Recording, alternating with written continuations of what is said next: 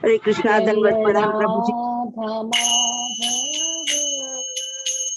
जय कुंज बिहारी, जय राधा माधव जय कुंज बिहारी, जय गोपी जन वल्लभ जय गिरिवरधारी, जय गिरिवरधारी, जय यशोदानंदन व्रज जन रंजन, यशोदानंदन व्रज जन रंजन, यमुना तीरा मनचारी, जय राधा माधव जय कुंज बिहारी। हरे कृष्णा कृष्णा कृष्णा हरे हरे, हरे राम राम राम हरे हरे, हरे कृष्णा कृष्णा कृष्णा हरे हरे, हरे राम राम राम हरे हरे, हरे कृष्णा कृष्णा कृष्णा हरे हरे, हरे राम राम राम हरे हरे,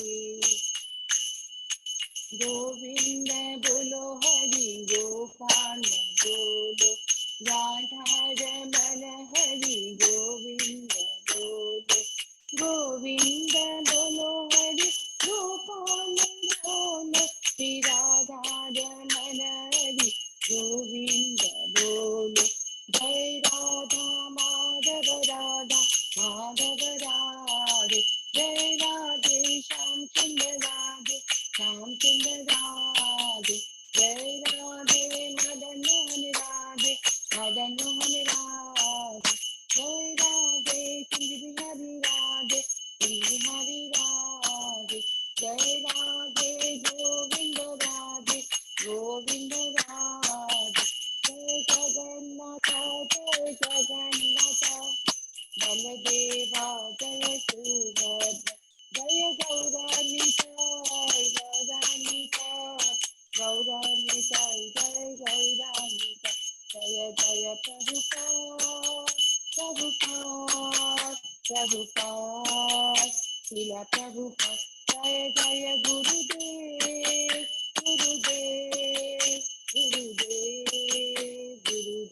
जय गो हरि बोल हरि बोल हरि बोल हरि बोल।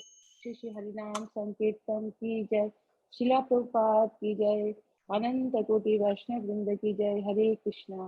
हरि हरि बोल, हरि हरि बोल। बहुत सुंदर सिद्धपद्म देवी दासी माता जी बहुत सुंदर कीर्तन करा, बड़ा एकाग्रचित होकर।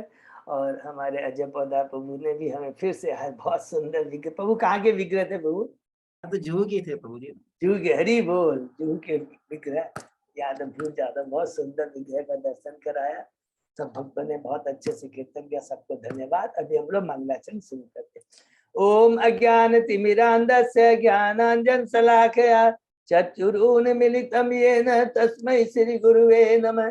श्री चैतन्य मनोभीष्टं स्थापितं येन भूतले स्वयं रूप कदा मह्यं ददाति स्वपदान्तिकम्। वंदेहम श्री गुरु श्री युतपति कमलम श्री गुरु वैष्णवांच श्री रूपम साग्र जातम सहगना रघुनाथम वितम तम सजीवम स्वादेतम सावभूतम परिजम सहितम कृष्ण चैतन्य देवम श्री राधा कृष्ण पादान सहगना ललिता श्री विशाखा विदांत नमो ओम विष्णु पादाय कृष्ण प्रेष्ठाय भूतले श्रीमते भक्ति वेदांत स्वामी इति नामने नमस्ते सरस्वती देवे गौरवाणी प्रचारिणे निर्विशेषा शून्यवादी पाश्चात्य देश तारिणी वंचा कल्पतरुभ्यश्च कृपा सिन्धुभ्येव च पतितानां पावनेभ्यो वैष्णवेभ्यो नमो नमः। नमो महावदान्याय कृष्ण प्रेम पदायते कृष्णाय कृष्ण चैतन्य नाम्ने गौरद्विषे नमः। हे कृष्ण करुणा सिंधु दीनबंधु जगतपते गोपेश गोपिका कांत राधा कांत नमस्तुते। तप्त कांचन गौरांगी राधे वृंदावनेश्वरी विश्वानुसुते देवी प्रणमामि हरि। नीलांचल निवासाय नित्याय परमात्मने बलभद्र सुभद्रायां जगन्नाथाय ते नमः। जय श्री कृष्ण चैतन्य प्रभु नित्यानंद श्री अद्वैत गदाधर श्रीवासादि गौर भक्तवृंद मुखं करोति वाचालं पंगुलंगे गिरिं यत्कृपातमहं वन्दे श्री गुरुं दीनतारिणं परमानंद माधवं श्री चैतन्येश्वरं। हरे कृष्ण कृष्ण कृष्ण हरे हरे हरे राम राम राम। श्री श्री मंगलाचरण की जय, शिला प्रभुपाद की जय। हरे कृष्णा। आज के इस भागवतम चर्चा में सभी भक्तों का स्वागत है। सभी भक्तों के चरणों में दंडवत प्रणाम है। गुरु आचार्य साधु राधा रानी भगवान श्री कृष्ण परम वैष्णव की बड़ी ससीम कृपा हम भक्तों के ऊपर ये सब लोग मिल कर करके श्री भागवतम का हम श्रवण कर पा रहे हैं। अभी हम कैंटो 3 के 31वें अध्याय में है, जिसमें जीवों की गतियों के विषय में भगवान कबीर माता देवहूति को बता रहे हैं। यह 7वां अंतिम प्रश्न है। जो प्रश्न क्या है? जन्म मृत्यु के बारे में मुझे बताइए। हमने पढ़ा 30वें अध्याय में, पहले हम लोग पढ़ेंगे पूरे 30वें अध्याय तक हमने क्या क्या पढ़ा, उसको हम संक्षेप में दोहराते हैं। बहुत ही सुंदर है। पहले से 4थे अध्याय में विदुर जी जो भगवान के परम भक्त हैं, किस प्रकार उद्धव जी से प्रश्न करते हैं। याद रखेंगे विदुर जी भगवान के परम भक्त हैं। स्वयं वो है क्या है? यमराज है, याद रखें। और यमराज क्या है? 12 जो है महाजनों में से एक है। हर जीव की देखिए वो कितने परम भक्त हैं। और ये सब हम बद्ध जीवों के कल्याण के लिए प्रश्न कर रहे हैं। एक एक चीज को बार बार याद करेंगे तो हमें अपनी स्थिति पता लगेगी और हमें पता लगेगा कि किसके मुखार बिंद से हम ये कथा सुन रहे, किसके माध्यम से भगवत कथा सुन रहे हैं। ये बहुत इंपॉर्टेंट है। तो विदुर जी प्रश्न कर रहे हैं बद्ध जीवों के लिए, और उद्धव जी प्रश्नों का उत्तर देते हैं। दूसरे तीसरे में 4थे अध्याय में दिव्य ज्ञान प्राप्त करने के लिए उद्धव जी मर्यादा को ध्यान में रखते हुए विदुर जी को मैत्रेय मुनि के पास भेज देते हैं। 5वें 6ठे अध्याय में हम लोग पढ़ते हैं कि विदुर जी प्रश्न करते हैं मैत्रेय मुनि से जीवों के बारे में, भगवान की सृष्टि के बारे में, कारणोदक्षाई सृष्टि के बारे में। कारणोदक्षाई क्षीरोदक्षाई गर्भोदक्षाई क्षुद्र भगवान के पुरुषा अवतार है, ये याद रखेंगे। तो भगवान की जो ओरिजिनल भगवान श्री कृष्ण की क्या पोजीशन है हम समझ सकते हैं। ये इनके अंश अवतार है, अंश है, याद रखें। और 7वें अध्याय में हम लोग पढ़ते हैं फिर विदुर जी के अन्य प्रश्न ईश्वर तत्व जीव तत्व के बारे में। 8वें अध्याय में ब्रह्मा जी का प्राकट्य बहुत सुंदर है कि किस प्रकार ब्रह्मा जी को भगवान दर्शन उनके हृदय में दर्शन देते हैं।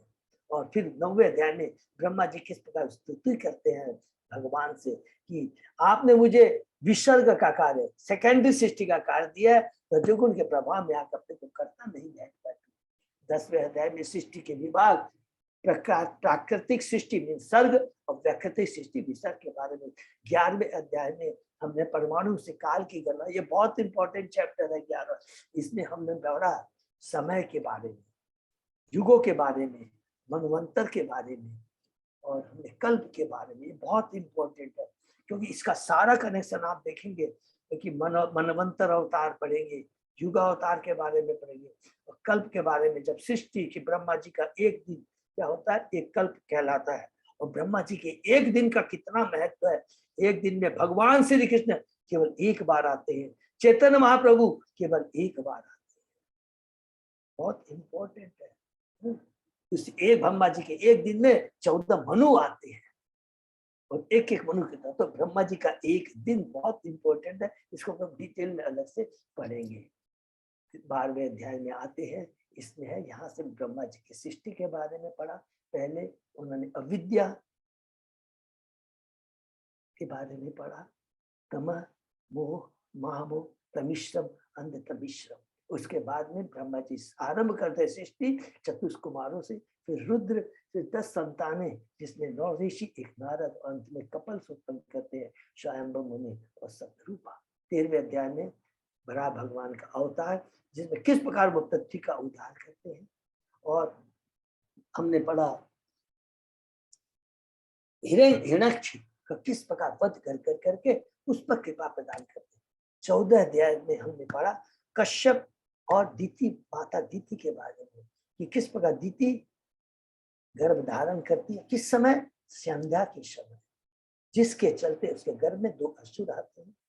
वो भ्रमित हो जाते, दुखी हो जाती है, लेकिन चूंकि भगवान के भक्त है, पश्चाताप करती है, भगवान भक्तों की बहुत सुनते हैं।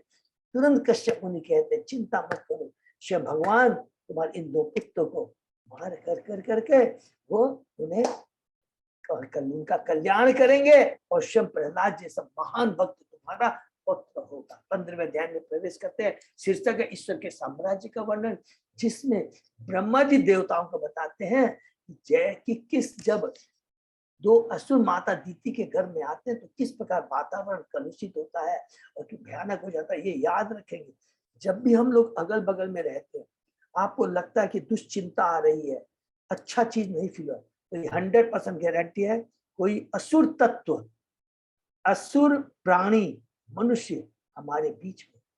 जब भगवान और भगवान का भक्त होता है, याद रखेंगे वो वातावरण भौतिक वातावरण नहीं रहता है, वो आध्यात्मिक वातावरण होता है। और जहाँ आध्यात्मिक वातावरण नहीं रहता है, वह शोक मोह भय नहीं रहता है। ये बहुत इंपॉर्टेंट चीज है, ये शास्त्रों से पता लगता है कि जब असुर आते हैं तो किस तरह का वातावरण हो जाता है। जब भगवान स्वयं आते हैं, भगवान के भक्त आते हैं, तो वातावरण दिव्य होता है, चारों तरफ हराई भराई, सब जगह सकून ही सकून, कोई दुश्चिंता नहीं रहती है। ये याद, तो ब्रह्मा जी बताते हैं देवताओं को कि इसके ये जो वातावरण कलुषित हो गया, इसका कारण क्या है। किस प्रकार चतुष्कुमार बैकुंठ लोग जाते हैं और द्वारपाल उन्हें रोकते हैं, भगवान के अंदर 7वें जो गेट है दरवाजे में जाने में रोकते हैं, क्रोधित हो जाते हैं, वो अभिशाप देते हैं द्वारपालों को। भगवान स्वयं आते हैं, क्षमा चाहते हैं, किससे, चतुष्कुमारों से। अरे हमारे द्वारपालों से भूल हो गई है, ये हमारी, ये बहुत इंपॉर्टेंट एक एक शिक्षा है। कभी भी हमेशा हमें हमारे जूनियर से गलती हो जाती है, अरे मैं क्या करूं, मेरे जूनियर ने गलती नहीं, हाँ मैं क्षमा चाहता हूँ। इससे जूनियर को प्रोत्साहन मिलता है, वो भक्ति से च्युत नहीं होता है, वो हमारे काम आता है। उसको डिस्करेज नहीं करना, इंकरेज करना, क्योंकि माया बहुत प्रबल है। आज हम सोचते हैं मैं बहुत बुद्धिमान हूँ, मेरे पास यही है, एक क्षण के अंदर सारी बुद्धि चली जाएगी, सारी शक्ति चली जाएगी, सारा धन चला जाएगा। पूर्ण रूप से हमें समर्पित होना चाहिए कृष्ण को। बहुत सुंदर ढंग से बताते हैं। 16वें अध्याय में हम प्रवेश करते हैं, उसमें शीर्षक है चतुष्कुमारों द्वारा जय द्वारपालों को अभिशाप, जिसमें भगवान स्वयं बताते हैं चतुष्कुमारों को कि ये जो सारी है ये मेरी ही लीला है। 17वें से 19वें अध्याय में बहुत सुंदर है हिरण्याक्ष और बड़ा भगवान के बारे में। 17 अध्याय में कि किस पर हिरण्यकशिपु जन्म लेते हैं 100 साल बाद, जब दीति माता के घर में रहने के बाद, और किस प्रकार वो पूरे वातावरण को भयानक कर देते हैं, भयभीत कर देते हैं अपने कुकर्मों से। 18वें अध्याय में भगवान किस प्रकार से युद्ध करते हैं, और 19वें अध्याय में किस प्रकार उनको वध करके मुक्ति प्रदान करते हैं। 20वें अध्याय में फिर वही सर्ग और विसर्ग के बारे में संक्षिप्त में वर्णन है। 21 से 24 अध्याय में देहूति माता और भगवान भक्त कर्तव्य मुनि के दिव्य गृहस्थ जीवन का वर्णन है कि किस प्रकार भगवान के आदेश के अनुसार, ये याद रखेंगे, भगवान का आदेश है ब्रह्मा जी को, ब्रह्मा जी का आदेश है स्वयंभू मनु को, और स्वयंभू मनु को और साथ ही साथ कर्दम मुनि को भगवान का आदेश है। ब्रह्मा जी से किसको है, स्वयंभू मुनि को, और ब्रह्मा जी से कर्दम मुनि को आदेश है। हरि बोल, टेक केयर, हरि बोल। तो वह संदेश क्या है कि किस प्रकार सुंदर उनका वो है गृहस्थ जीवन। प्रथम 21वें अध्याय में है कि माता स्वयंभू मनु और कर्दम मुनि का संवाद, कि उसमें किस प्रकार कर्दम मुनि 10,000 वर्ष तपस्या करते हैं, भगवान प्रसन्न होते हैं, भगवान स्वयं आते हैं और कहते हैं कि तुम्हारी जो दिव्य इच्छा है एक योग्य पत्नी प्राप्त करने की, तुम्हें अवश्य मिलेगी। क्योंकि भगवान ने अरेंजमेंट किया, एक एक चीज को याद रखेंगे, अद्भुत कर्म है भगवान, एकदम चार्ट में लिखेंगे ना कितना सुंदर से भगवान ने सारा अरेंजमेंट किया है। और कहते ज्यादा देर नहीं, परसों ही आएंगे स्वयंभू मनु, परसों ही, ज्यादा लेट नहीं, day after tomorrow he will come. और आते हैं स्वयंभू मनु, आते हैं अपनी पत्नी को और देहूति को लेकर करके, और किस प्रकार कर्दम मुनि उनको वेलकम करते हैं। 22वें अध्याय में प्रवेश करते हैं, शीर्षक है देहूति माता और कर्दम मुनि का परिणय, जिसमें किस प्रकार स्वयंभू मुनि अब कर्दम मुनि को ग्लोरीफाई करते हैं, अपनी पुत्री को कहते हैं हे कर्दम मुनि इसे एक्सेप्ट कीजिए। कर्दम मुनि एक्सेप्ट करते हैं और स्वयंभू मुनि वापस चले जाते हैं। 23वें अध्याय में देहूति माता का शोक, जिसके अंदर किस प्रकार वो भगवान की अपने पति जो भगवान के परम भक्त हैं उनकी सेवा तन मन धन से करती है। सेवा बहुत जरूरी है। सेवा भाव यदि और सीखना है, देहूति माता से सीखिए, राधा रानी से सीखिए, बलराम से सीखिए, ये सब गुरु तत्व है। सेवा किसको बोलते हैं, इनसे सीखना है। देहूति कितनी सबसे सेवा करती है, कर्दम मुनि प्रसन्न हो जाते हैं और कहते हैं मुझे तुम्हें भगवत ज्ञान दूंगा। कहती मुझे आप मां बनने का सौभाग्य प्रदान कीजिए, क्यों ये मेरी इच्छा नहीं है, ये परम पुरुषोत्तम भगवान की इच्छा है। कर्दम मुनि समझ जाते हैं, क्योंकि एक भक्त दूसरे भक्त की इच्छा को जानता है। भगवान की भक्त की इच्छा एक होती है, याद रखेंगे, उसमें कोई कंफ्यूजन नहीं होता। एक चीज बहुत इंपॉर्टेंट याद रखिए कि कहीं भी पूरी भागवतम में, गीता में पढ़ लीजिए, जब तक भगवान की और हमारी इच्छा एक रहती है तब तक हम खुश रहते हैं। अगर हमारी इच्छा भगवान की विपरीत हो जाती है तो वही हमारे दुख का कारण बन जाता है। तो कर्दम मुनि की भी जो इच्छा है वो भगवान की इच्छा है, देहूति माता की इच्छा है संतान पाने की, वो भी भगवान की इच्छा है। इंद्रिय भोग के लिए उसको नहीं चाहिए। एक एक चीजें याद रखिए। कर्दम मुनि प्रसन्न हो जाते हैं, तुम्हारी जो इच्छा है मेरी इच्छा, दोनों भगवान की ही इच्छा है, दोनों की दिव्य इच्छाएं। उनके 9 संतानें पुत्रियां उत्पन्न होती है।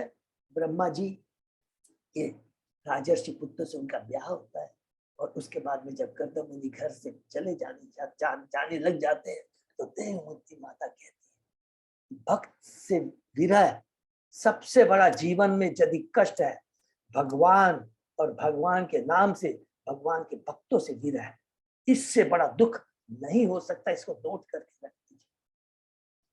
वही देहूति माता को याद है, ये नहीं कि मेरा पति छोड़ के जा रहा है, वो विरक्त है, याद रखेंगे। वो 3 गुणों से ऊपर है, लेकिन एक भक्त का संग नहीं मिल रहा है। कहती है कि अभी तक तो मैंने भौतिक जीवन भोग गया है, मुझे दिव्य ज्ञान पता, मेरे जो कलुषित चेतना अज्ञानता है, संशय, उसको दूर कीजिए। हम लोग 24 अध्याय में प्रवेश करते हैं।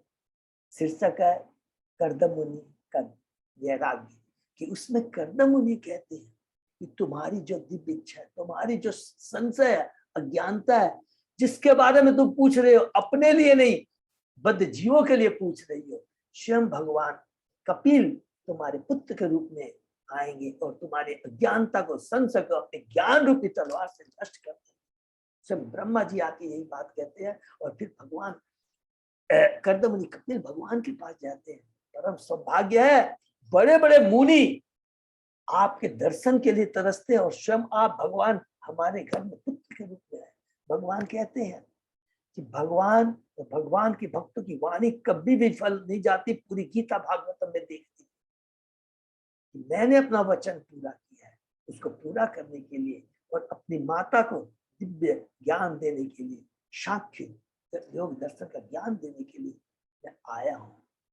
और ये कह करके कर्दम मुनि को आश्वासन देते हैं और कर्दम मुनि का यहाँ कर्तव्य पूरा होता है और भगवान की इच्छा के अनुसार, याद रखेंगे, अपनी इच्छा से, भगवान की इच्छा के अनुसार घर छोड़ के चले जाते हैं और भगवान की भक्ति करके भगवान के धाम को प्राप्त करते हैं। 25 से लेकर अभी हम जो पढ़ रहे हैं यहाँ शुरू होता है स्वयंभू। दो चीज, स्वयंभू मनु की जो पहली संतान है, माने कुछ भी गालिए आउट ऑफ 5, देहूति के बारे में कि किस प्रकार देहूति और उनके पुत्र भगवान कपिल किस प्रकार उन्हें देहूति माता को ज्ञान देते हैं। पहला शीर्षक है भक्ति योग की महिमा। मैं और मेरा की जो कलुषित चेतना है जो जीवों के अंदर में है, इससे कैसे मुक्ति प्रदान करें। एक ही मात्र साधन है, कपिल भगवान कहते हैं, जो कि मैंने आज जो कह रहा हूं और हजारों लाखों साल पहले जो ऋषियों को बताया था, वही बात तुम्हें दोहरा रहा हूं। क्योंकि भगवान का जो नाम, जो कि क्या होता है, भगवान के जो शब्द होते हैं ना, वो क्या होते हैं, कभी भी चेंज नहीं होते। भौतिक जगत में सब चीज चेंज होता है, बड़े बड़े साइंटिस्ट, डॉक्टर, सबकी थ्योरी चेंज होती रहती है, लेकिन भगवान के जब शब्द है ना, वो कभी चेंज नहीं होते। बोलते मैंने जो 10,000 करोड़ों साल पहले ऋषियों को बताया था, वही चीज आज बता रहा हूं। क्या? अपनी चेतना को शुद्ध करना। नंबर 1, चेतना कैसे शुद्ध हो सकती है? केवल हरि नाम से। और हरि नाम कैसे लिया जा सकता है? शुद्ध भक्तों का संग की मदद। ये करके आती, और ये बहुत सुंदर कहते करके बताते हैं। और उसके बाद में हम लोग आगे बढ़ते हैं 23-25 भक्ति योग। फिर देहूति माता दूसरा प्रश्न करती है कि भक्ति फिर कैसी होनी चाहिए। तो भगवान कपिल कहते हैं भक्ति होनी चाहिए तीव्र भक्ति, और कौन सी? भाव भक्ति। भाव भक्ति सबको याद है, नोट कर लेंगे फिर से। किसको? जो स्वतः ही अपने आप होती है। अभी हम लोग वैधि भक्ति कर रहे हैं, मन इधर उधर भटकता है, फिर मन को पकड़ के लाना पड़ता है, और इसके लिए भक्तों का संग चाहिए, हमें शास्त्र चाहिए। लेकिन जब धीरे धीरे भक्ति करते हैं, स्वतः ही चेतना में ऐसा परिवर्तन आ जाएगा, न तो अभक्तों के संग से मिलने की इच्छा होगी, न कोई भी बाहर का खाने की इच्छा होगी, बिना भगवान को भोग लगाए हुए खाने की इच्छा स्वतः ही आ जाएगा। अलग से कोई मेडिसिन लेने की दरकार नहीं है, कुछ भी दरकार नहीं है, केवल हरि नाम के जप से ही इस लेवल पे हम पहुंच जाएंगे। फिर हम लोग प्रवेश करते हैं 26वें अध्याय में, प्रकृति के मूलभूत सिद्धांत, जिसको है ज्ञान योग, जिसमें ईश्वर तत्व, जीव तत्व और प्रकृति के बारे में कैसे ये विराट रूप आया। ईश्वर कौन है? सच्चिदानंद है। जीव कौन है? वो भी सच्चिदानंद। फर्क क्या है? भगवान सभी सृष्टि करते हैं, भौतिक जगत में आते हैं, लेकिन उसमें लिप्त नहीं होते। लेकिन जीव अपने को प्रोप्राइटर कंट्रोलर इंजॉय समझ के आता है, बंद जाता है, तकलीफ पाता है। वास्तव में तकलीफ नहीं पाता, वो हम लोग आगे पढ़े हैं 27। तो ईश्वर तत्व, जीव तत्व, प्रकृति 27 अध्याय में पढ़ते हैं। फिर पहुंचते प्रकृति का ज्ञान। क्या ज्ञान? ईश्वर तत्व के बारे में। बहुत सुंदर है, इसको याद करेंगे, बार बार रिपीट करेंगे, सारा कंफ्यूजन दूर है। ईश्वर भी भगवान का अंश है, सच्चिदानंद है, गुणों में एक है। अभी भी यही शिक्षा हम लोग पढ़ रहे हैं 31 अध्याय में। लेकिन क्योंकि भगवान को छोड़ के चला जाता है, भगवान से विमुख हो जाता है, तो माया उसको झपट लेती है। 3 गुणों के प्रभाव में आकर वो सपना देखने शुरू करता है। वास्तव में प्रभावित नहीं होता, लेकिन सपना, ही स्टार्ट ड्रीमिंग कि क्या? I am the controller, I am the enjoyer, I am the proprietor. ये आ जाता है। तो वो पूछती है, तो ये जो आकर्षण है ये शाश्वत रहता है? बिल्कुल नहीं। जैसे ही भगवान से जुड़ता, भगवान के भक्तों से जुड़ता है, माया सरेंडर हो जाती है। अदरवाइज माया को कोई भी शक्ति, कोई भी संपत्ति, कोई भी उपाधि हमसे अलग नहीं कर सकती है। जैसे ही भगवान के शरण में आते हैं, भक्तों के शरण में आता है, माया सरेंडर हो जाती है। माया कभी भी भगवान के सामने नहीं खड़ी रह सकती है। जीव स्वतंत्र हो जाता है, जागृत हो जाता है, दिव्य स्थिति में आ जाता है, और उसकी चेतना क्या हो जाती है? न तो अष्ट सिद्धि प्राप्त करने की, न ब्रह्मा का पद प्राप्त करने की, न स्वर्ग का लोक प्राप्त करने के लिए जो वास्तविक जो ज्ञान है, वास्तविक जो उसको चीज चाहिए, वो मिल जाती है हरिनाम की भक्ति सेवा। बहुत सुंदर। 28 अध्याय में प्रवेश करते हैं। ज्ञान योग के बाद में हम लोग प्रवेश करते हैं अष्टांग ध्यान विधि के बारे में। शीर्षक है भक्ति साधना के लिए भगवान कपिल की आदेश, जिसमें हमने यम, नियम, आसन, प्राणायाम, प्रत्याहार, धारणा, ध्यान, समाधि के बारे में पढ़ा कि किस प्रकार अंत में ध्यान में के माध्यम जैसे जैसे भगवान के एक एक अंगों का ध्यान करते हैं तो ध्यान की चेतना में परिवर्तन आ जाता है, वो भगवान की भक्ति से जुड़ जाता है, उसकी इच्छा और भगवान की इच्छा एक हो जाती है। बहुत ही सुंदर बात है। 29 अध्याय में आते हैं यहाँ। अब अष्टांग योग के बाद में देवती माता के और 3 प्रश्न है। भक्ति की व्याख्या डिटेल में कीजिए, 5वां प्रश्न। 6ठा प्रश्न काल के बारे में बताइए, और 7वां ये जन्म मृत्यु के चक्र के बारे में बहुत सुंदर डिटेल में बताते हैं। 29 अध्याय में तमोगुण, रजोगुणी, सतोगुणी भक्ति के बारे में, फिर निर्गुण भक्ति के बारे में बताते हैं जो 3 गुणों से ऊपर होती है। और निर्गुण भक्ति में आने के लिए भक्ति के अंग को बताते हैं। हमें जो हमारे वर्णाश्रम के अनुसार जो हमारे नित्य कर्म है उसको करना चाहिए, अल्प अहिंसा करनी चाहिए, भगवान की पूजा करनी, उनके चरणों का ध्यान करना चाहिए। किसके थ्रू? गुरु के माध्यम से, प्रामाणिक गुरु के शरण में आना चाहिए और दीनों पर दया करनी चाहिए। दीन कौन है? पैसे से नहीं, जो आध्यात्मिक ज्ञान से निर्धन है, जिसको मालूम ही नहीं है कि हम कौन है, भगवान कौन है, हमारा भगवान से क्या संबंध है, उन पे दया करनी। और उसके बाद में हमने पढ़ा अपराध नहीं करना चाहिए। सब जीवों में भगवान परमात्मा के रूप में ये ज्ञान होना चाहिए। नंबर फिर कहते हैं ट्रीटमेंट, व्यवहार जीवों की चेतना के अनुसार। फिर हमने पूरा पढ़ा, वनस्पति, पेड़ पौधे से लेकर के जो भगवान का परम वैष्णव, सब में परमात्मा के रूप में, परमात्मा अपनी शक्ति के रूप में विराजमान है, लेकिन चेतना के अनुसार उनके साथ ट्रीटमेंट करना चाहिए। और अंत में हमने काल के बारे में पढ़ा। बहुत ही सुंदर है कि काल, भगवान स्वयं काल है। जो भी भौतिक जगत में जो कुछ भी होता है भगवान की शक्ति से होता है, और भगवान के बिना कुछ नहीं होता। लेकिन जो कुछ भी भौतिक चीजें हम अर्जन करते हैं इस जीवन में, धन, संपत्ति, अच्छा पुत्र, पत्नी, कुपुत्र, जो भी पत्नी समझ लीजिए, सब इसी जीवन के लिए है। हमारे संग जो जाति है, आत्मा शाश्वत है, उसके संग एक ही जाति है, क्या? भगवान की भक्ति जो शाश्वत है। ये अंतिम श्लोक है, यहाँ पर कपिल भगवान देवती माता को समझाते हैं। उसके बाद में यहाँ से शुरू होता है लास्ट प्रश्न जो है देवती माता का, क्या? जन्म मृत्यु के बारे में बताइए।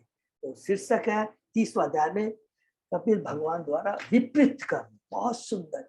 जैसे ही जीव इस भौतिक जगत में आता है, अभी भूल जाता है कि ये जो है भाड़े का घर है, मैं तो शाश्वत हूं, लेकिन ये जो शरीर मिला है ये भाड़े का है, ये जगह मिली है भाड़े की है, आयु है, लिमिट है, लेकिन सोचता है कि मेरा शाश्वत है, मैं यह शाश्वत हूं, ये पति पत्नी शाश्वत है। इतनी सबसे बड़ी बात तो ये कहता है कि अगर मुझे सूअर भी अगर अपनी सूअर योनि में भी रहता है तो उसको त्यागना नहीं चाहता, सोचता है यही सबसे बड़ा है। और वो सूअर विष्ठा खाता है तो सोचता है कि यही अमृत है। तो याद रखेंगे उसकी क्या है? सकुचित चेतना है। अच्छा, सकुचित चेतना के कारण वो ऐसा सोचता है, लेकिन हमारी भी चेतना वैसी नहीं है। हम सोचते हैं सूअर के बारे में, और भगवान का जो परम भक्त है, जो ज्ञानी है, वो भी हमारे बारे में यही सोचता है कि हमारी गति सूअर से ज्यादा नहीं है। हमको भी लगता है कि भौतिक जगत अमृत के समान है, ये धन सब कुछ अमृत है, लेकिन जो भगवान का भक्त है, जिसको ज्ञान वो जानता है, हमारी भी पोजीशन वही है जो सूअर की है। लिखा है कि अगर आज हमको बोला जाए कि मनुष्य शरीर छोड़कर तेरे को इंद्र का शरीर दूंगा, तो कोई भी हमसे में राजी नहीं होगा। तेरे को भगवान के धाम भेज दूंगा, राजी नहीं होगा। आसक्ति इतनी ज्यादा होती है, इतना सुंदर वर्णन है। फिर हम बूढ़े हो जाते हैं, परिवार को चलाने के लिए गलत ढंग से पैसे कमाते हैं, अवैध संग करते हैं, बूढ़े हो जाते हैं। जिस प्रकार किसान अपने बूढ़े बैलों की कदर नहीं करता, हमारी घर में वही स्थिति हो जाती है। कितनी हमारी दयनीय पोजीशन बताया है। कुत्ते की तरह हमें रहना पड़ता है और फिर एक बार शरीर छोड़ के चले जाते। इतना ही नहीं, जब शरीर छोड़ते हैं यमराज आते हैं। किस तरह यमराज के दूतों, सिपाही लिखा है, सिपाही कैसे ट्रीटमेंट करते हैं। नरक की तरफ ले जा रहे हैं, बीच में हंटर मारते हैं, कुत्ते काटते हैं और हमारे कुकर्मों की याद दिलाते हैं। और वहां जाकर करके हमें भोगना पड़ता है तमिश्रम अंतमिश्रम, अलग अलग नरकों का, जिसका डिटेल वर्ड में हमने बताया कि हम लोग कैंटो 5 के 26 अध्याय में मिलेगा। ये गति होती है और पुनः फिर वो इस भौतिक जगत में आता है। हम प्रवेश करते हैं 30वें अध्याय में, 31 अध्याय में। शीर्षक है जीवों की गतियों के विषय में भगवान कपिल के आदेश। कि किस प्रकार अपने कर्म फल के अनुसार मनुष्य, बहुत सारी योनियां, कितना बात लिखा है, डायरेक्ट मनुष्य योनि नहीं, कुत्ते की, बिल्ली की कुकर्म के चलते पशु पक्षी की योनि प्राप्त करने के बाद मनुष्य योनि मिलती है और कर्म स्वभाव के अनुसार। और किस प्रकार माता के गर्भ में जीव आता है, 1 महीना, 2 महीना, 3 महीने लेकर 6 महीने तक किस प्रकार वो गर्भ में रहता है। और हमने पढ़ा स्पेशली कि जब 7वें महीने में उसको जब चेतना आती है, जब 7वें महीने में जीव को चेतना में आती है, तो पिंजरे के पंछी के समान बिना हिले हुए रहा आता है। उस समय शिशु भाग्यवान रहा तो उसे 100 साल के अपने जन्म का याद रहता है।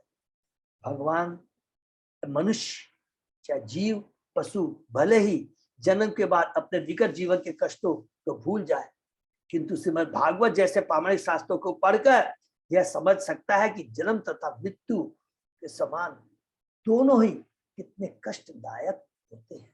अतः मनुष्य जीवन ही एकमात्र, याद रखें जो कल पढ़ा, एकमात्र ऐसी योनि है जिसमें हम भक्ति करके इस जन्म मृत्यु के चक्र से निकल सकते हैं। और बहुत सुंदर श्लोक था जिसको कि हमारे मोहन प्रभु ने कल हमें याद दिलाया कि 11वें अध्याय के, इसको नोट कर लीजिएगा। कल हमें मोहन दास प्रभु ने बताया कि प्रभु, जिसमें लिखा कि मनुष्य योनि एक इतनी सुदृढ़ फेवरेबल नाव है और गुरु कप्तान के समान है, गुरु के आदेश है, फेवरेबल विंड है। इसके मिलने के बाद भी अगर मनुष्य का लाभ नहीं उठाता तो समझ लीजिए वो अपनी हत्या खुद कर रहा है, अपनी आत्महत्या कर रहा है, आत्मा का हनन कर रहा है। बहुत ही सुंदर श्लोक है 11वें अध्याय का 11वें कैंटो का 20वें अध्याय का 17वां श्लोक। नृदेहम आद्यम सुलभम सुदुर्लभम पल्लवम सुकल्पम गुरुकर्ण धारम मया अनुकूलेन नभस्त्वा इरितम पुमान भव अवधिम न तरेत स आत्महा। जीवन का समस्त लाभ प्रदान करने वाला मानव शरीर प्रकृति के नियमों द्वारा स्वतः प्राप्त होता है, यद्यपि यह अत्यंत दुर्लभ है। नोट कर लेंगे, इस मानव शरीर की तुलना उस सुनिर्मित नाव से की जा सकती है जिसका माझी गुरु है और भगवान के आदेश के अनुकूल हवाएं हैं जो उसे आगे बढ़ाती है। इन सारे लाभों पर विचार करते हुए जो मनुष्य अपने जीवन का उपयोग संसार रूपी सागर को पार करने में नहीं करता, वह अपनी आत्मा का हनन करने वाला माना जाता है। बहुत इंपॉर्टेंट है। 11 कैंटो हम पढ़ेंगे, इसमें 9 योगेंद्र के बारे में पढ़ेंगे, जो भगवान ऋषभ के जो 100 पुत्र में से जो 9 है, 9 योगेंद्र बनते हैं, और जिसमें भगवान उद्धव को स्वयं गीता का ज्ञान देते हैं, जो कि हमने पढ़ा था 4थे अध्याय में कि विदुर जी कहते हैं मुझे वो दिव्य ज्ञान बताइए हे उद्धव जी जो आपने डायरेक्ट भगवान से सुना। बहुत इंपॉर्टेंट कैंटो है, हम लोग धीरे धीरे जाएंगे तो ये पढ़ते हैं। और फिर 7वें महीने में चेतना विकसित होती है, उसे पेट की गंदगी से उत्पन्न कीड़ों के समान एक स्थान में रहना पड़ता है। प्रभुपाद जी कहते हैं उस समय शिशु एवं कीड़े भाई भाई। कितनी बड़ी बात कह रहे हैं प्रभुपाद जी। उसके बाद में जब जीव पेट में रहता तो जीव भगवान से प्रार्थना किस प्रकार करता है, ये बहुत इंपॉर्टेंट हमने पढ़ा। मैं उन भगवान के चरण कमल से ग्रहण करता हूँ जो विभिन्न नित्य स्वरूपों में इस धरा पर प्रकट होते हैं। वही मुझे निर्भय कर सकते हैं। वो मुझे जो जीवन अवस्था प्राप्त हुई है यह मेरे अपवित्र कार्यों का फल है। जीव रियलाइज करता है उस समय, देखिए उसकी चेतना कितने है। जब तक वो माँ के गर्भ में है भगवान परमात्मा के रूप में है, इससे पूरा सब कुछ अपना ज्ञान है। मैं विशुद्ध आत्मा हूं, अपने कर्म के द्वारा बंधा हुआ हूं। भगवान आपकी माया की व्यवस्था इस समय अपनी माता के गर्भ में पड़ा हुआ हूं। ये आपने अरेंजमेंट किया है, आपकी गलती नहीं है। मैं तो विशुद्ध आत्मा लिख रहा, और अब कर्म के चलते, कुकर्म चलते मेरी अवस्था है। हे भगवान, जो इस समय मेरे साथ हो, किंतु जो इस माया जगत से अप्रभावित अपरिवर्तनशील है, आपको मैं सादर नमस्कार करता हूँ कि हे भगवान, आप जो इस भौतिक जगत में है, आए हैं परमात्मा के रूप में हमारे पास में है।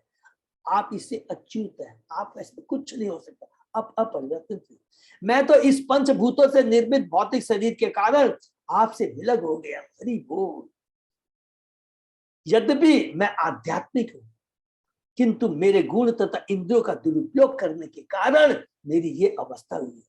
किंतु आप तो भौतिक शरीर, भौतिक जगत से परे हैं। आपके आध्यात्मिक गुण महिमा मंडित है। आपको मैं नमस्कार करता हूँ। हे प्रभु, यह बद्ध जीवन आपके साथ अपने संबंध की इस विस्मृति के कारण, ये मेरी जो अवस्था है, आपको मैं भूल गया हूँ, उसके चलते मेरी ये अवस्था हुई। अतः बिना भगवान आपकी कृपा के कोई भी दिव्य प्रेमा भक्ति में पुनः संलग्न नहीं हो सकता है। और भगवान की भक्ति के लिए भी भगवान की कृपा चाहिए। इसका मतलब हम लोग बहुत भाग्यशाली हैं, ये याद रखिएगा। भौतिक जगत में रहते भगवान भगवान की भक्ति कर पा रहे हैं, ये स्वयं जीव कह रहा है भगवान के बहुत भाग्यशाली है। अल्प स्वतंत्रता का दुरुपयोग ही माया के वशीभूत होने का कारण। जीव को जानना चाहिए कि वह परमेश्वर का नित्य दास है। बिना इस ज्ञान के वह सदैव भौतिक कार्यों में लगा रहता है, और यही अज्ञान तथा अविद्या कहलाती है। यहाँ तक हमने पढ़ा था, और आगे किस प्रकार जीव और भगवान से प्रार्थना कर रहा है, इसको हम लोग पढ़ते हैं। ओम नमो भगवते वासुदेवाय, ओम नमो भगवते वासुदेवाय, ओम नमो भगवते वासुदेवाय। नारायण नमस्कृत्य नरं चैव नरोत्तमं देवी सरस्वती व्यासं ततो जयम् उदीरयेत्। नष्टायेषु अभद्रेषु नित्यं भागवत सेवया भगवती उत्तम श्लोके भक्ति भवति नैष्ठिकी। आराधयो भगवान ब्रजेश तनय ततदाम वृंदावनम रमया काचित् उपासना व्रजवधू वर्गेण्य कल्पिता। श्रीमद्भागवतम प्रमाणम अमलम प्रेमापुमत्तो महा श्री चैतन्य मतम इदं तद आदरो न पर। हरे कृष्ण कृष्ण कृष्ण हरे हरे, हरे राम राम राम हरे हरे। कैंटो 3 अध्याय 31 जीवों की गतियों के विषय में भगवान कपिल के उपदेश। श्लोक नंबर 16 अजय प्रभु। हाँ प्रभु जी, 16 से। हरि बोल। ज्ञानम यते तत अददात कथमः सदेव तेकालिकं स्थिर चरेषु अनुवर्तित अंश तम जीव कर्म पदवीम अनुवर्तमाना तापत्रयो उपशमनाय वयम भजेम। हरि बोल। भगवान के आंशिक स्वरूप अंतर्यामी परमात्मा के अतिरिक्त और कौन समस्त चर तथा वस्तु का निर्देशन कर रहा है, याद रखेंगे। अरे ये पूरी भौतिक जगत में जितने भी चर और अचर है वस्तु है, इसका वास्तव में निर्देशन कौन कर रहा है? भगवान कर रहे हैं। वे काल की इन तीनों अवस्थाओं भूत वर्तमान भविष्य में उपस्थित रहती है। अतः बद्ध जीव उनके आदेश से विभिन्न कर्मों में रत है, और इस बद्ध जीवन के तीनों तापों से मुक्त होने के लिए हमें उनकी ही शरण ग्रहण करनी होगी। तीन ताप, आदि देवी, आदि भौतिक, आदि आध्यात्मिक। जब बद्ध जीव माया के चंगुल से छूटने के उत्सुक रहता है, तो उसके अंतःकरण में स्थित परमात्मा स्वरूप भगवान उसे ज्ञान देते हैं, मेरी शरण में आओ। जैसा कि भगवान भगवद गीता में कहता है, अन्य सारे कार्यों का परित्याग करके मेरी शरण है, सर्वधर्मान परित्यज्य मामेकम शरणं। जब मानना होगा कि ज्ञान का स्रोत परम पुरुष है। भगवद गीता में इसकी पुष्टि होती है, मता स्मृति ज्ञानम पूर्णम च। भगवान कहते हैं मेरे ही द्वारा मनुष्य वास्तविक ज्ञान तथा स्मृति प्राप्त करता है और मुझे से भी स्मृति भी मिलती है। गीता के 15 अध्याय का 15वां श्लोक, सर्वश्चाहम यदि सन्निष्टो मता स्मृति ज्ञानम पूर्णम च। जो मनुष्य भौतिक दृष्टि से संतुष्ट होना चाहता है या जो प्रकृति पर अधिकार जताना चाहता है, भगवान उसे अपनी सेवा की विस्मृति तथा भौतिक कार्यकलापों के तथाकथित सुख अवसर प्रदान करते हैं। इसलिए इसका सबको उत्तर मिल जाएगा। कई बार हम लोग का प्रश्न आता है जो अज्ञानी है, अरे भगवान तो भगवान है, भगवान हमारे को ऐसा क्यों करवाते हैं? भगवान नहीं करना चाहते, हम जिद्दी कर लेते हैं। माँ कभी नहीं चाहती है बच्चा बुखार है तो बाहर में घर छोड़ करके बरसात में जाके भीगे। माँ चाहती है क्या? नहीं चाहती है। लेकिन बच्चा जब जिद कर लेता है तो करना पड़ता है। तो भगवान अब स्वतंत्रता देते हैं कि ठीक है, तू एक बार चाहता है कि मैं भौतिक जगत सुखमय है तो जा, तुझे मैं एक बार चांस देता हूँ। लेकिन ऐसा नहीं है, भगवान उसको अनाथ की तरह छोड़ देते हैं। ये देखिए, भगवान परमात्मा के रूप में सदैव हमारे साथ में रहते हैं। कितनी बड़ी बात है। इसी प्रकार जब कोई इस प्रकृति पर अधिकार करने में हताश हो जाता है और भवबंधन से छूटना चाहता है तो भगवान उसे भीतर से ज्ञान प्रदान करते हैं कि वह उनकी शरण में जाए, तभी उसकी मुक्ति होगी। हरि बोल। यह ज्ञान भगवान या उनके प्रतिनिधि के अतिरिक्त अन्य कोई प्रदान नहीं कर सकता। भगवान और उसका प्रतिनिधि गुरु। चेतन में भगवान चैतन्य रूप गोस्वामी को उपदेश देते हैं कि जीव जन्मांतर घूमता है और संसार के कष्ट भोगता रहता है, किंतु जब कोई भवबंधन से छूटने के लिए अत्यधिक उत्सुक रहता है तो उसे गुरु तथा कृष्ण से प्रकाश प्राप्त होता है। देखिए कितनी बड़ी बात। जैसे ही हम इच्छा व्यक्त करते हैं कि ये भौतिक जगत दुखालय है, गुरु के माध्यम से जैसे ही पता लगता है कि ये दुखालय है, हम भगवान के दास हैं, भगवान मालिक है, उसे पुनः संबंध था, तुरंत इच्छा व्यक्त मात्र से भगवान सारी व्यवस्था कर देते हैं। उसका यह अर्थ हुआ कि कृष्ण परमात्मा रूप में प्रत्येक जीव के हृदय में स्थित है और जब जीव वास्तव में उत्सुक होता है तो वे उसे अपने प्रतिनिधि प्रामाणिक गुरु की शरण ग्रहण करने का आदेश देते हैं। गुरु द्वारा भीतर से निर्देशित होकर तथा बाहर से पथ दिखाए जाने पर मनुष्य को कृष्ण भक्ति का मार्ग प्राप्त होता है, जो भवबंधन से छूटने का मार्ग है। चैत्य गुरु परमात्मा के रूप में और बाह्य गुरु जो कि हमारे प्रामाणिक गुरु आज प्रभुपाद जी की कृपा से हमें मिल रखे हैं। अतः जब तक भगवान का आशीर्वाद नहीं मिलता तब तक कोई अपने वास्तविक पद पर स्थित नहीं हो पाता। तो याद करें, वास्तविक पद पर स्थित का मतलब है कि वास्तविक चेतना में नहीं आ जाता। सच्चिदानंद, मैं सच्चिदानंद हूँ, भगवान का अंश हूँ, भगवान के जो गुण मेरे में भी है। भौतिक जगत ये माया है, सपना है। ये जब तक ज्ञान नहीं पड़ता तो दिव्य पद पर स्थित माने अपनी चेतना के माध्यम से दिव्य पद पर स्थिर होगा। जब तक उसे परम ज्ञान द्वारा प्रकाश प्राप्त नहीं हो लेता तब तक उसे इस जगत में जीवन संघर्ष के लिए कठिन यातनाएं झेलनी पड़ती। अतः गुरु परम पुरुष की कृपा का प्राकट्य होता है। हरि बोल। बद्ध जीव को गुरु से प्रत्यक्ष आदेश प्राप्त करने होते हैं और इस पर धीरे धीरे वह कृष्ण भक्ति के मार्ग पर अग्रसर होने लगता है। कृष्ण भक्ति का बीज बद्ध जीव के हृदय में बोया जाता है और जब मनुष्य गुरु के उपदेश सुनता है तो यह बीज फलित होता है और जीवन धन्य हो जाता है। हरि बोल। गुरु बहुत जरूरी है। देखिए, बार बार एक ही चीज हम याद करें, हम सोचेंगे कि मेरी मेमोरी बहुत तेज है, आई एम वेरी इंटेलिजेंट, मैं अपने आप बैठ करके भगवद्गीता भागवतम का ज्ञान पढ़ लूं, सारे श्लोकों को याद कर लूं। याद रखना, ज्ञानी बन सकते हैं लेकिन वो हृदय में परिवर्तन नहीं आएगा। क्यों? गुरु की कृपा, गुरु का जो आशीर्वाद कृपा है। भगवान कहता है मैं गुरु के रूप में आता हूँ। चेतन चेता में हम पढ़ेंगे कि भगवान ही की गुरु के रूप में आते हैं, प्रकाश के रूप में आते हैं, भक्तावतार के रूप में आते हैं, शक्ति के रूप में आते हैं। जो कुछ भी भगवान ही है। तो ये गुरु मामूली नहीं है, स्वयं भगवान है वो, जो गुरु के रूप में आकर करके हमें ज्ञान देते हैं। तो कृपा के बिना ज्ञान मिल नहीं सकता और न हमारी चेतना में परिवर्तन आ सकता है। ज्ञान और विज्ञान, चेतना में परिवर्तन गुरु की कृपा से ही हो सकता है। देहि अन्य देहे विवरे जठार अग्नि असिख वित्तपुत्र कूपपतितो वृषप्ताप्त देह इच्छन् इते विवसितुं गणयन् स्वमाशान् निर्वास्यते कृपणधि भगवान कदानु। अपनी माता के उदर में रक्त मल तथा मूत्र के कूप में गिरकर और अपनी माँ की जठाग्नि से दग्ध देहधारी जीव बाहर निकलने की उत्सुकता में, देखिए बहुत इंपॉर्टेंट बात, महीनों की गिनती करता रहता है और प्रार्थना करता है, हे भगवान यह भागा जीव कब इस कारागार से मुक्त हो जाएगा। अभी देखिए जन्म नहीं हुआ है, जन्म कितना कष्टदायक है। यहाँ पर माता के गर्भ में जीव की विषम परिस्थिति का वर्णन है। एक और शिशु जटाग्नि की उष्मा से तपता रहता है और दूसरी ओर मल मूत्र रक्त आदि रहते हैं। 7 मास के बाद शिशु में चेतना आ जाती है, अतः उसे अपनी दूसरा स्थिति का बोध होने लगता है और वह भगवान से प्रार्थना करता है।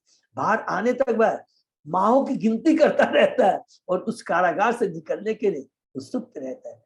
तथाकथित सभ्य मनुष्य जीवन की इस भयावह स्थिति पर ध्यान नहीं देता और कभी कभी इंद्र तृप्ति के उद्देश्य से वह गर्भ निरोधक विधियों का गर्भपात के द्वारा उसे मारने का प्रयत्न करता है। ऐसे लोग गर्भ की भयावह स्थिति के प्रति चिंतित न रहकर भौतिकता में पड़े रहते और मनुष्य जीवन का दुरुपयोग करते हैं।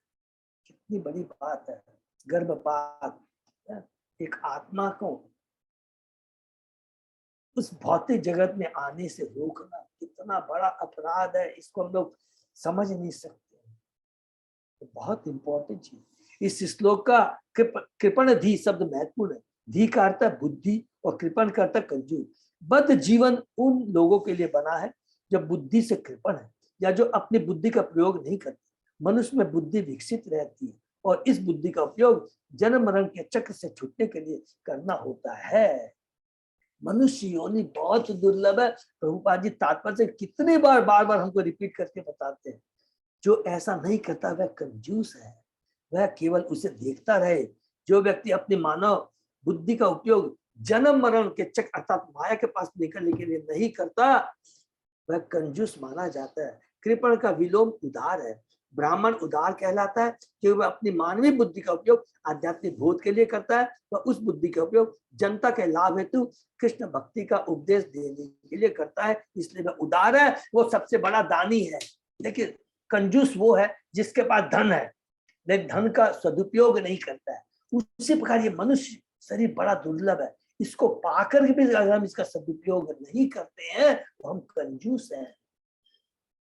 जो बुद्धिमान व्यक्ति होता है वो क्या करता है, आचार और प्रचार पहले अपने जीवन में उतारता है, फिर दूसरों को ये दान देता है। वही सबसे बड़ा दानी है, वही सबसे बड़ा उदार है। इसलिए चैतन्य महाप्रभु ने कहा, जारे देखो तारे कहो कृष्ण उपदेश, हमारा आज्ञा गुरु होए तारो एले।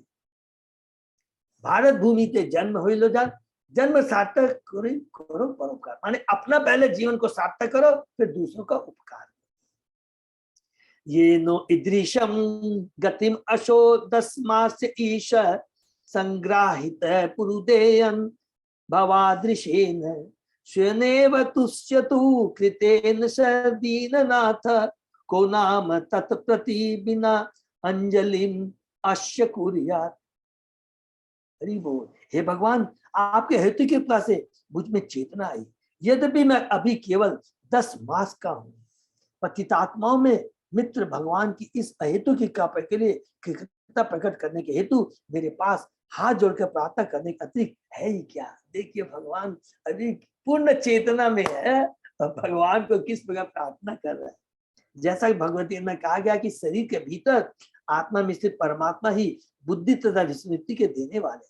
जब भगवान देखते हैं कि बद्धजीव माया के बंधन से छूटने का उत्सुक है तो वे भीतर से परमात्मा के रूप में और बाहर से गुरु रूप में बुद्धि प्रदान करते हैं अथवा साक्षात भगवान का अवतार लेकर उपदेश देते हैं। यथा भगवद गीता का भगवान सदैव इस ताक में रहते हैं कि पतित आत्माओं को ईश्वर के धाम ले जाए।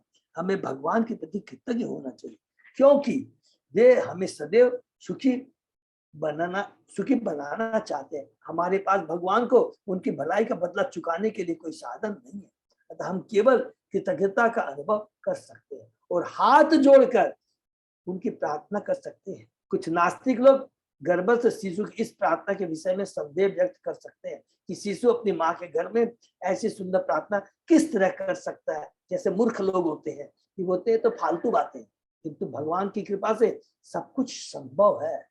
बाह्य रूप से शिशु को इतनी भयावह स्थिति में रखा जाता है किंतु आंतरिक रूप से वह वही है और भगवान वहां होते हैं। भगवान की दिव्य शक्ति से सब कुछ संभव है। इसको अंडरलाइन कर लेंगे कि भगवान, ये जो भागवत का ज्ञान है, भागवतम का, ये कोई उचलती बातें नहीं है। स्वयं भागवतम में भगवान कह रहे हैं और प्रभुपाद जी उसको तात्विक रूप से समझा रहे हैं कि नहीं, ये सब बेकार की बातें हैं। अगर ऐसा हम सोचेंगे तो बहुत बड़ा ये अपराध है। पश्यति अयम घिष्णया ननु सप्तबद्धि शरीर के दम शरीरी अपर स्वदेहि यत सृष्टयाशं तम अहम पुरुषम पुराणम पश्ये बहिर्हृदि चैत्यम इव प्रतीतम। अन्य प्रकार का शरीरधारी जीव केवल अंत प्रेरणा से देखता है।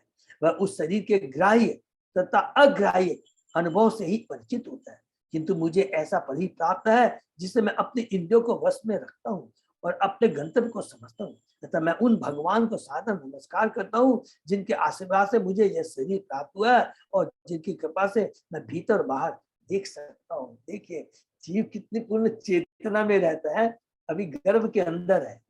विभिन्न प्रकार के शरीरों के विकास क्रिया फूल के फलने के समान है। जिस प्रकार फूल के विकास की कई अवस्थाएं होती है, कली, विकास समान फूल, पूर्ण विकसित फूल तथा सुगंध और सुंदरता से पूरित, इस प्रकार क्रमिक विकास में 84 लाख योनियां होती है। हरि बोल। और निम्न योनि से उच्चतर योनि में क्रमबद्ध उन्नति होती है। उसके बाद मनुष्य जीवन मिलता है। देखिए कितनी बड़ी बात है। मनुष्य जीवन सर्वोच्च समझा जाता है क्योंकि इसमें जन्म तथा मृत्यु के बंधन से छूटने की बुद्धि रहती है। प्लीज इसको अंडरलाइन कर लेंगे क्योंकि बार बार भूल जाएंगे। केवल मनुष्य योनि में ज्ञान रहता है कि मनुष्य जीवन किस लिए है। इसी जीवन में हम भगवान की भक्ति कर करके अपने गंतव्य को पहुंच सकते, अदरवाइज और कोई योनि में नहीं है। कुत्ते की योनि में है, अगर 20 साल कुत्ते की योनि में लिखा है तो रहना ही पड़ेगा। माता के घर में स्थित भाग्यवान शिशु अपनी श्रेष्ठ स्थिति को समझता है और इस तरह अन्य प्राणियों से पृथक होता है। अन्य प्राणी में और 84 लाख अन्यों से विरहित है। कुत्ता, बिल्ली, पशु, पंछी इनसे अलग होता है। इसकी उत्तम चेतना होती है। मनुष्य से नीचे के पशुओं में सुख दुख की चेतना रहती है, किंतु वे अपनी शारीरिक अवस्थाओं, खाना, सोना, संभव से अधिक और कुछ नहीं सोच पाते। इससे ज्यादा उनके में चेतना ही नहीं रहती है। किंतु ईश्वर की कृपा से मनुष्य में चेतना इतनी विकसित रहती है कि वह अपनी अद्वितीय स्थिति का मूल्यांकन कर सकता है और आत्मा तथा परमात्मा दोनों का साक्षात्कार कर सकता है। दम शरीरी शब्द का अर्थ कि हमें ऐसा शरीर प्राप्त है जिसमें हम इंद्रियों तथा मन को वश में कर सकते हैं। इसको भी प्लीज अंडरलाइन कर लेंगे कि हमें ऐसा शरीर प्राप्त है जिसमें हम इंद्रियों तथा मन को वश में कर सकते हैं। कैसे कर सकते हैं? बहुत सिंपल। अपने शरीर, मन, बुद्धि, इंद्रियों को सब भगवान की सेवा में लगा दीजिए। हरि बोल। कोई स्पेशल कुछ नहीं करना है। भौतिक जीवन की सारी जटिलता मन तथा इंद्रियों का अनियंत्रित होना है। भगवान ने गीता में कहा, मन को 6वें अध्याय में कितना डिटेल में कहा। अर्जुन ने प्रश्न किया, भगवान ने क्या कि वायु के तरह दुष्कर है इसको कंट्रोल करना। हाँ, एक चीज से हो सकता है, प्रैक्टिस करने से। प्रैक्टिस क्या करना है? बहुत सिंपल। क्या? मेरे नाम का जप करना, मेरे नाम के गुण विलाप का श्रवण कीर्तन स्मरण करना।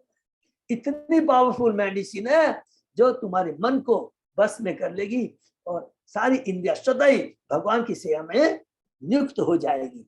भौतिक जीवन की सारी जटिलता मन इंद्रियों का अनियंत्रित होना है। मनुष्य को ईश्वर के प्रति कृतज्ञता ज्ञापित करनी चाहिए कि उसे ऐसा सुंदर मनुष्य शरीर मिला और उसे इसका सही सही उपयोग करना चाहिए।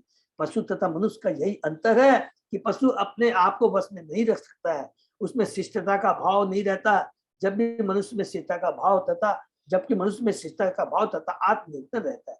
यदि मनुष्य इस नियंत्रण शक्ति को प्रदर्शित नहीं कर पाता तो वह पशु के तुल्य है। इंद्रियों के नियंत्रण या योग विधि से मनुष्य स्वयं को, परमात्मा को, संसार को तथा इन सब के पारस्परिक संबंध को समझ सकता है। इंद्रियों के नियंत्रण से सब कुछ संभव है, अन्यथा हम पशु तुल्य हैं। यहाँ पर इंद्रियों के नियंत्रण द्वारा आत्म साक्षात्कार की व्याख्या की गई। मनुष्य को चाहिए कि भगवान तथा अपने को भी देखने का प्रयत्न करे। अपने को परमेश्वर समझना आत्म साक्षात्कार नहीं है। यहाँ यह स्पष्ट बताया गया है कि परमेश्वर अनादि या पुराण है और उनका कोई अन्य कारण नहीं है। ईश्वर परम कृष्ण सच्चिदानंद अनादि आदि गोविंद सर्व कारण कारण जीव भगवान के अंश रूप में पैदा होता है। ब्रह्म संहिता में पूछे अनादि आदि गोविंद परम पुरुष गोविंद का कोई कारण नहीं है। वे अजन्मा है किंतु जीवात्मा उनसे उत्पन्न है। भगवत गीता में पुष्टि की गई कि ममे वान से जीव लोके जीव भूत सनातन। 15वें अध्याय का 7वां श्लोक बहुत इंपॉर्टेंट है। जीव तथा परमेश्वर दोनों अजन्मा है किंतु यह जान लेना चाहिए कि अंश का परम कारण भगवान है। अतः ब्रह्म संहिता कहती है कि प्रत्येक वस्तु भगवान से उत्पन्न हुई, सर्व कारण कारणम। वेदांत सूत्र भी इसकी पुष्टि करता है। जन्मादस्य जाता है भागवतम का पहला अध्याय का पहला श्लोक। परम सत्य ही हर एक के जन्म का मूल स्रोत है। भगवत गीता में भी कृष्ण का कहता है अहम सर्वस्व प्रभु, मैं हर वस्तु का जन्म स्रोत हूँ। चतुश्लोकी गीता है ना 10वें अध्याय का 8वां श्लोक, जिसमें ब्रह्मा शिव तथा अन्य जीव सम्मिलित है। यह आत्म साक्षात्कार है। हरि बोल। मनुष्य को जानना चाहिए कि वह परमेश्वर के अधीन है। उसे अपने को परम स्वतंत्र नहीं समझना चाहिए। इसको भी प्लीज अंडरलाइन कर लेंगे कि हम परम स्वतंत्र। जैसे ही हम स्वतंत्र बनने की चेष्टा करेंगे, नोट कर लीजिए, उस दिन हम अपने को अनाथ हैं। कैसे हम कहते हैं कि मैं स्वतंत्र हूं, समझिए हम अनाथ हो गए। और जैसे ही समझ में आ जाता है कि मैं भगवान का दास हूं, समझ लीजिए नाथ हो गए, भगवान के संरक्षण में आ गए। जैसे ही ये सोचते मैं भगवान का दास हूँ, भगवान की सेवा के निमित्त हूँ, तो सुरक्षित हो गए। और जैसे कहते हैं मैं स्वतंत्र हूँ, अनाथ हो गए, असुरक्षित हो जाते हैं। अन्यथा उसे बद्ध जीवन में क्यों रखा जाता है। हरि बोल। सो अहम बसन अपि विभो बहु दुख वाशम गर्भात निर्जी गबीशे भय अंधकूपे यत्रो उपयातम उपसर्पति देव माया मिथ्यामति यत अनुसंस्कृति चक्र में एतत्।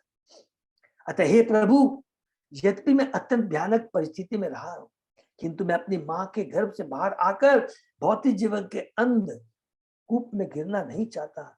देव माया नामक आपकी बहिरंगा शक्ति तुरंत नवजात शिशु को पकड़ लेती है और उसके बाद तुरंत ही झूठा स्वरूप ज्ञान प्रारंभ हो जाता है, जो निरंतर जन्म मृत्यु के चक्र का शुभारंभ है। जैसे जीव बाहर आता है, जब तक शिशु अपनी माता के गर्भ में रहता है तो उसका जीवन अत्यंत संकटपूर्ण तथा भयावह रहता है। किंतु इसका लाभ, बहुत ध्यान से, किंतु उसका लाभ यह होता है कि भगवान के साथ संबंध की शुद्ध चेतना जागृत कर लेता है और अपने उद्धार के लिए प्रार्थना करता है।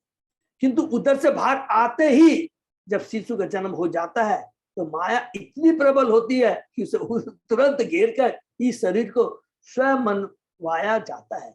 माया का अर्थ है जो नहीं है, अर्थात भौतिक जगत में हर व्यक्ति अपने को अपना शरीर करके पहचानता है। यह अहंकार की चेतना कि मैं यह शरीर हूँ, शिशु के गर्भ से बाहर निकलते ही उत्पन्न हो जाती है। माया इतनी प्रबल होती है। माता तथा संबंधी शिशु की प्रतीक्षा करते हैं। देखिए कितनी बड़ी है, माता तथा संबंधी, इसको भी नोट करेंगे, साधारण शब्द नहीं है। माता तथा संबंधी शिशु की प्रतीक्षा करते हैं, मैं भी माया जगत में भी, अब तुम भी आ जाओ। जो ही वह उत्पन्न होता है तो माँ उसे दूध पिलाती है, वो सभी उसकी देख रेख करते हैं। जीव तुरंत अपनी स्थिति भूल जाता है जो अभी भगवान को प्रार्थना कर रहा था और सारे संबंधों में उलझ जाता है। सारा संसार देहात्म बुद्धि का बंधन है। वास्तविक ज्ञान का अर्थ इस चेतना को विकसित करना है कि मैं यह शरीर नहीं हूँ, मैं आत्मा हूँ, परमेश्वर का अंश हूँ। वास्तविक ज्ञान में त्याग अथवा इस शरीर को स्वरूप में न स्वीकार कर, वास्तविक ज्ञान में त्याग अथवा इस शरीर को स्वरूप में न स्वीकार करना, यही वास्तविक ज्ञान है कि मैं ये शरीर नहीं हूं। माया के प्रभाव से मनुष्य जन्म लेते ही सब कुछ भूल जाता है तथा शिशु प्रार्थना करता है कि बाहर निकलने की अपेक्षा गर्भ में ही रहना श्रेष्ठ है। हरि बोल। कहा जाता है कि यही सोचकर सुखदेव गोस्वामी अपनी माता के घर में 16 वर्ष तक रहे। हरि बोल। क्योंकि वे मिथ्या देहबोध के बंधन से फंसना नहीं चाहते थे। अपनी माता के घर में ऐसे ज्ञान का अनुसरण करके 16 वर्ष बाद गर्भ से बाहर आए और तुरंत उन्होंने घर छोड़ दिया जिससे वे माया के वशीभूत न हो। भगवत गीता में भी माया के प्रभाव को दुर्लभ कहा गया है, किंतु यह दुर्लभ माया एकमात्र कृष्ण भक्ति से ही पराजित हो सकती है। इसको भी प्लीज अंडरलाइन कर लें। इसकी भी पुष्टि भगवत गीता में हुई है। मामेव ये प्रपद्यन्ते माया तिताम तरिति देवी ऐसा गुणमय माया दुरत्या मामेव ये प्रपद्यन्ते माया हिताम तरति। जो भी कृष्ण के चरण कमलों की शरण ध्यान करता है वह इस झूठे जीवन बोध से बाहर निकल सकता है। केवल माया के प्रभाव से मनुष्य कृष्ण के साथ अपने संबंध को भूल जाता है और अपने को शरीर तथा शरीर के गौण अवयव पत्नी, संतान, समाज, मित्रता, प्यार आदि समझने लगता है। इस प्रकार वह माया का शिकार हो जाता है। उसका निरंतर जन्म तथा मृत्यु का भौतिकतावादी जीवन और भी कठिन बन जाता है। हरि बोल। तो यहाँ पर अभी जीव भगवान से प्रार्थना कर रहा है, बहुत इम्पोर्टेंट है। अगर आप परमिशन दें तो एक श्लोक और, अच्छा नेक्स्ट टाइम ही कर देंगे, नेक्स्ट टाइम करते हैं। तो एक अंतिम 21वां श्लोक में भी जीव भगवान से प्रार्थना करता है। उसके बाद में जीव कर सकते हैं प्रभु जी, 5-7 मिनट लगेगा करना है। बहुत इम्पोर्टेंट है, तो ये कंटिन्यू कर सकते कर ले। तस्मात् अहम विगत विकल्प उदधरीय से आत्मानम आचुतम सुहृदा आत्मना आत्मना एव भूयो यथा व्यसनम एतत् अनेक रंध्रम मां में भविष्यत उपसादित विष्णुपाद। अतः और अधिक क्षुब्ध न होकर मैं अपने मित्र विशुद्ध, देखिए मैं अपने मित्र विशुद्ध चेतना की सहायता से अज्ञान के अंधकार से अपना उद्धार करूंगा। ये जीव देखिए कितनी शुद्ध चेतना है और क्या प्लानिंग कर रहा है कि जैसे निकलूंगा भगवान की भक्ति करूंगा और अपना जीवन अपना उद्धार करूंगा। केवल भगवान विष्णु के चरण कमलों को अपने मन में धारण करके मैं बारंबार जन्म तथा मृत्यु के लिए अनेक माताओं के गर्भ में प्रवेश करने से बच सकूंगा। इस प्रकार मैं आऊंगा, भगवान की भक्ति करूंगा और ये जन्म मृत्यु का जो चक्कर है इससे निकल जाऊंगा। अनेक माता बार बार अनेक माताओं के गर्भों में प्रवेश करने से बच जाऊंगा। ये भी बहुत इंपॉर्टेंट वर्ड है। अनेक माताओं, मनुष्य रूपी माता नहीं है, पशु हो सकता है, कुछ भी हो सकता है माता के रूप में, हमें मालूम नहीं है। माया इतनी प्रबल है, कैसे कुकर्म में लगा दे क्या होगा पता नहीं है। अनेक माताओं के घर प्रवेश करने से बच जाऊंगा।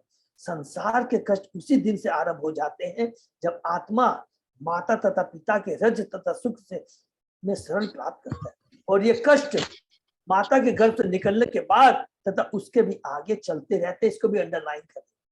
हम नहीं जानते कि इन दुखों का अंत कहाँ है, किंतु इसका अंत शरीर बदलने से नहीं होता। यह शरीर परिवर्तन प्रतिक्षण चल रहा है, किंतु इसका अर्थ यह नहीं है कि हम गर्भावस्था की तुलना में उन्नति करके सुखी स्थिति को प्राप्त कर रहे हैं। अतः सबसे अच्छा यह है कृष्ण भक्ति उत्पन्न की जाए। यहाँ पर उपसादित विष्णुपाद कहा गया है कि जिसका अर्थ है कृष्ण भक्ति की अनुभूति। जो बुद्धिमान है और कृष्ण भक्ति उत्पन्न कर सकता है वह इस जीवन में सफल होता है, क्योंकि केवल कृष्ण भक्ति करने से ही वह जन्म तथा मृत्यु के चक्र से बच पाएगा। शिशु प्रार्थना करता कि अंधकार के गर्भ में रहकर निरंतर कृष्ण भक्ति में लीन रहना, बाहर निकल कर पुनः माया के चंगुल में पड़ने से श्रेय करिए। ज्ञान देखिए उसको, जीव को, कि निकल करके कृष्ण की भक्ति करना है। यह माया गर्भ के भीतर और बाहर समान रूप से कार्य करती है, किंतु चातुर्य इसमें है कि कृष्ण भक्ति की जाए जिससे इसका प्रभाव उतना बुरा न। भगवद गीता में कहा गया कि मनुष्य की बुद्धि उसका मित्र है और साथ ही शत्रु भी है। गीता के 6वें अध्याय के 6वें श्लोक में कि इस मन ही शत्रु है और मन ही मित्र है। यहाँ पर इसी भाव की पुनरावृत्ति हुई है। श्रीदात्म देव मित्रवत बुद्धि। कृष्ण की सेवा में तथा कृष्ण की पूर्ण चेतना में बुद्धि की तन्मयता ही आत्म साक्षात्कार तथा मुक्ति का मार्ग है। वृथा ही क्षुद्ध हुए बिना यदि हम हरे कृष्ण मंत्र का निरंतर जप करते हुए कृष्ण भक्ति कृष्ण भावना की विधि ग्रहण करे तो जन्म मृत्यु के चक्र को सदा के लिए रोका जा सकता है। इसको भी अंडरलाइन करें, सदा के लिए। ये भगवान कहते हैं कि ऐसा नहीं है कि परमानेंट सॉल्यूशन। यहाँ यह प्रश्न उठाया जा सकता है कि कृष्ण भक्ति संपन्न करने के लिए आवश्यक सामग्री के अभाव में शिशु माता के घर में कृष्ण भक्ति किस प्रकार कर सकता है? भगवान विष्णु की पूजा के लिए किसी सामग्री की आवश्यकता नहीं है। पत्तम पुष्पम फलम तोयम यो में भक्त्या पूज। शिशु माता घर में ही रहना चाहता है और साथ ही माया के चंगुल से भी मुक्त होना चाहता है। कृष्ण भक्ति के अनुशीलन के लिए किसी प्रकार की भौतिक व्यवस्था आवश्यक नहीं है। कोई कहीं भी और कभी भी कृष्ण भक्ति का अनुशीलन कर सकता है, बरसते व कृष्ण का निरंतर चिंतन करे। हरे कृष्ण महामंत्र का जब माता के घर में भी किया जा सकता है। हरि बोल, इसको भी अंडरलाइन कर लेंगे। सोते जागते काम करते, यहाँ तक कि माता घर में या उससे बाहर भी जब किया जा सकता है। शिशु की प्रार्थना का सारांश है, मुझे इसी अवस्था में रहने दे, भले ही मैं दुखद स्थिति में हूं, किंतु बाहर जाकर माया के चंगुल में पड़ने से यह शेखर है। इसको प्लीज अंडरलाइन कर लेंगे। देखिए, हम किसी भी अवस्था में रहे, कभी कभी हम सोचते हैं कि मेरे पास धन नहीं है, यश नहीं है, पारिवारिक बहुत सारी प्रॉब्लम है, पति पत्नी, मतलब whatever may be the reason, ये बहाना है। अगर इस भगवान के शास्त्र को पढ़ लेंगे तो समझ में आ जाएगा, भक्ति मनुष्य योनि मिली है, बहुत दुर्लभ है।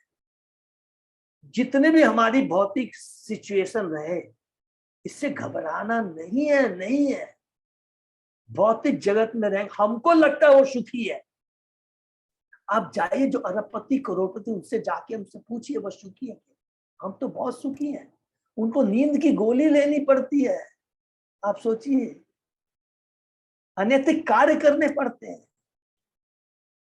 ये माया बहुत दूर नहीं है, केवल भ्रम में सोचना है। हम कितने भाग्यशाली, आज सब भक्त लोग मिल कर करके भागवतम की चर्चा कर रहे हैं, दिव्य ज्ञान के बारे में चर्चा कर रहे हैं। उसके लिए कोई भी भौतिक योग्यता, भौतिक संपत्ति, भौतिक पोजीशन की दरकार नहीं है। केवल भक्तों का संग, ये बहुत जरूरी है। चैतन्य महाप्रभु पूरे में लिखा है, सब जगह लिखा है, कल युग के अंदर में भक्तों का संग बहुत जरूरी है, नहीं तो हम भक्ति नहीं कर पाएंगे। इसलिए भक्तों का संग बहुत जरूरी है। प्रभुपाद जी की असीम कृपा है, इसके चलते आज हम लोग भक्ति कर पा रहे हैं। और देखिए, जीव जब तक शरीर माँ के घर में रहता है, पूर्ण चेतना में रहता है। जैसे ही लिखा प्रभुपाद जी ने कि इंतजार करते रहते हैं, माया इतनी प्रबल है, माँ सगे संबंधी इंतजार करते रहते हैं कि तुम जल्दी से निकल बाहर। कितनी बड़ी बात लिखा है। तो इसलिए हमारा परम सौभाग्य, मनुष्य शरीर मिला है, भक्तों का संग मिला है, हमें इससे ज्यादा से ज्यादा लाभ उठाना है और ये जन्म मृत्यु के चक्र से निकल जाना है। हरे कृष्ण।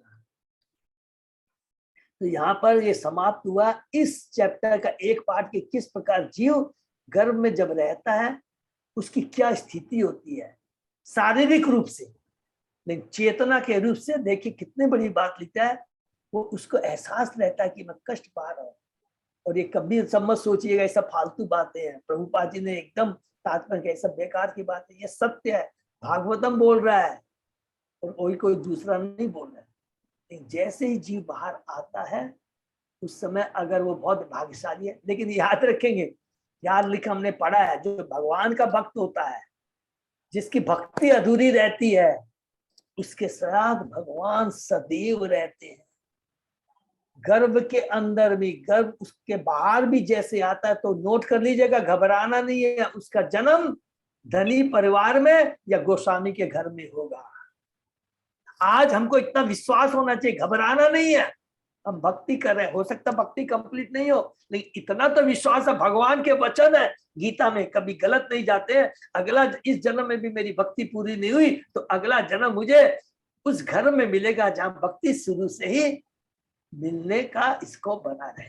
भगवान अपने आप व्यवस्था करे, लेकिन करना क्या है, भक्ति को कंटिन्यू रखना है, जिससे कि इसी जन्म में हम इस जन्म मृत्यु के चक्र से निकल सके। हरे कृष्ण। हरि बोल। हरि हरि हरि हरि बोल। हरे कृष्णा हरे कृष्णा। दंडवत प्रणाम प्रभु जी। प्रणाम। सब भक्तों को बहुत बहुत धन्यवाद। और अजय प्रभु कोई अनाउंसमेंट है?